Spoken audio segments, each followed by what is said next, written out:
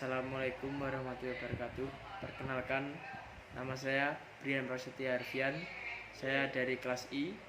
Saya akan mempresentasikan tentang jurnal hukum yang berjudul Peran Kepolisian dalam Penyidikan Tindak Pidana Penipuan Jual Beli Online. Latar belakang, yaitu perkembangan iptek di era globalisasi ini sangat pesat sehingga banyak yang memanfaatkan, salah satunya adalah di bidang industri. Dengan adanya teknologi internet, banyak industri yang berkembang pesat. Hal ini dinilai sangat efisien karena tidak perlu datang ke tokonya langsung, cukup menggunakan media sosial atau e-komersi. Teknologi informasi telah menghadirkan tatanan baru bagi interaksi dalam jaringan bisnis yang semakin mendunia.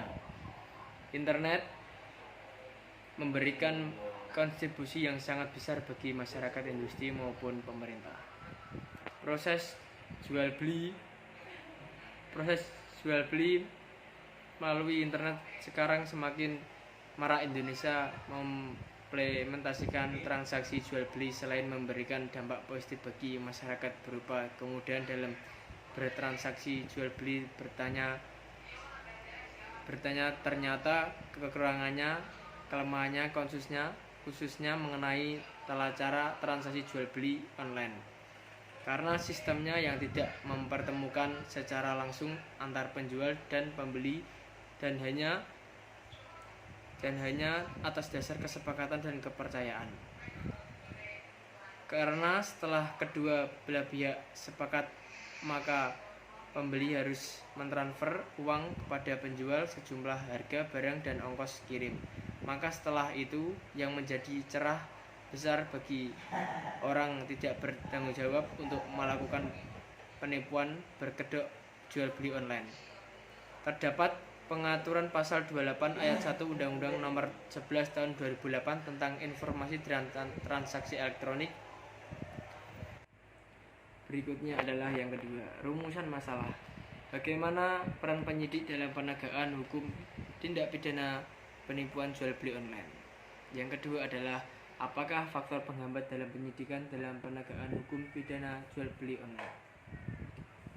Yang C, hasil penelitian dalam pembahasan peran kepolisian dalam penyelidikan tindak pidana penipuan jual beli online.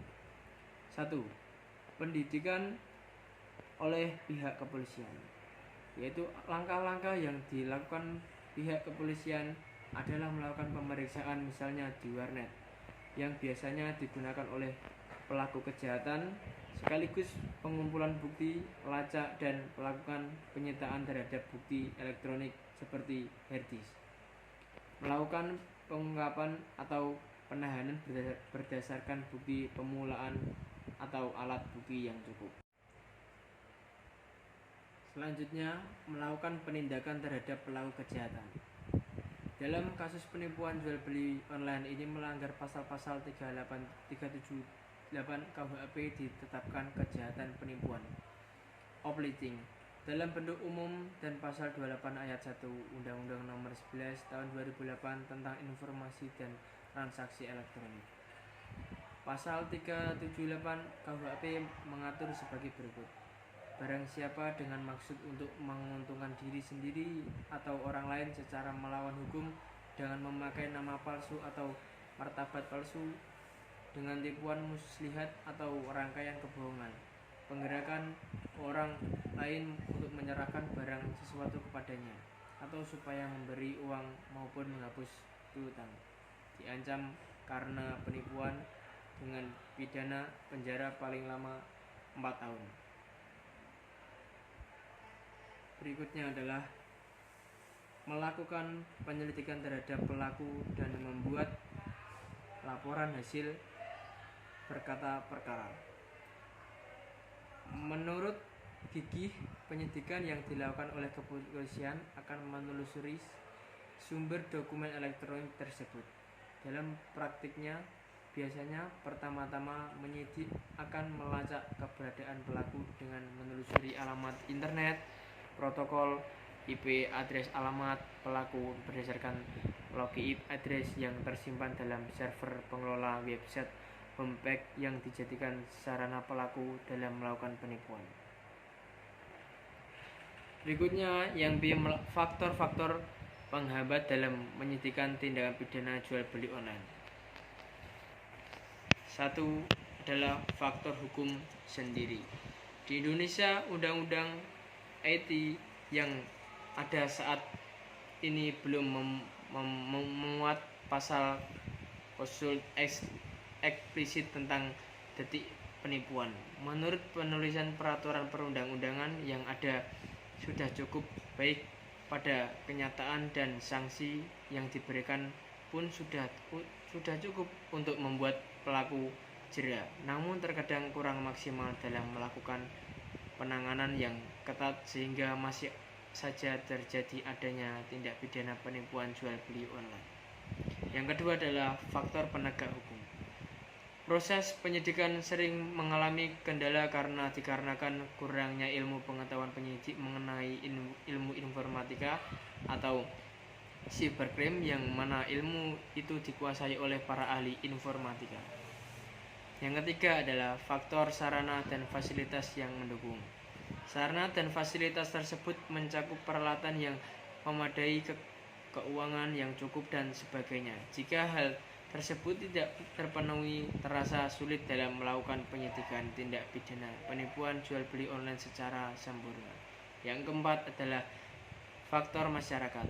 Semakin tinggi kesadaran masyarakat, maka akan semakin memungkinkan penanggulangan yang baik pula. Sebaiknya semakin rendah tingkat kesadaran masyarakat, maka akan semakin sulit untuk mengulangi tindak pidana tersebut. Yang kelima adalah faktor kebudayaan. Budaya masyarakat yang memiliki rasa keingintahuan yang berlebihan membuat para pelaku tindak pidana penipuan jual beli online memanfaatkan situasi seperti ini. Yaitu berikutnya kesimpulan dan saran.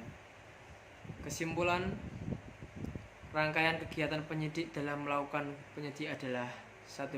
Penyidikan oleh pihak kepolisian. 2. Melakukan perindakan terhadap pelaku kejahatan. 3. Melakukan penyidikan terhadap tersangka dan membuat laporan hasil berkas perkara. Faktor-faktor penghambat dalam penyidik tindak pidana penipuan jual beli online. Studi pada Polresta Bandar Lampung, yaitu Undang-Undang IT yang ada saat ini belum memuat pasal khusus eksplisit tentang delik penipuan. 2. Kurangnya pemahaman kepolisian menguasai teknologi. 3. Saran dan prasarana yang belum memadai dalam penyidikan. 4. Ketertarikan masyarakat dalam bersanksi jual beli online karena sangat memudahkan, namun sistem ini menimbulkan celah kejahatan bagi pelaku. 5. Kebudayaan yang semakin modern sehingga semua menginginkan hal yang instan. Yang terakhir adalah saran. 1. Menambah sarana dan fasilitas untuk memaksimalkan kinerja polisi. 2. Peningkatan kualitas dan dari kepolisian dengan cara diberikan pemahaman yang mendalam tentang perkembangan teknologi dan informasi secara perlu kerjasama dengan insan terkait. 3. Adanya sosialisasi kepada masyarakat tentang kebijakan dalam bersosialisasi media khususnya bertransaksi jual beli online. 4. Mencegahkan hukum seadil-adilnya bagi pelaku penipu jual beli online agar pelaku jera dan tidak mengulanginya. Sekian dari saya, kurang lebihnya minta maaf. Wassalamualaikum warahmatullahi wabarakatuh.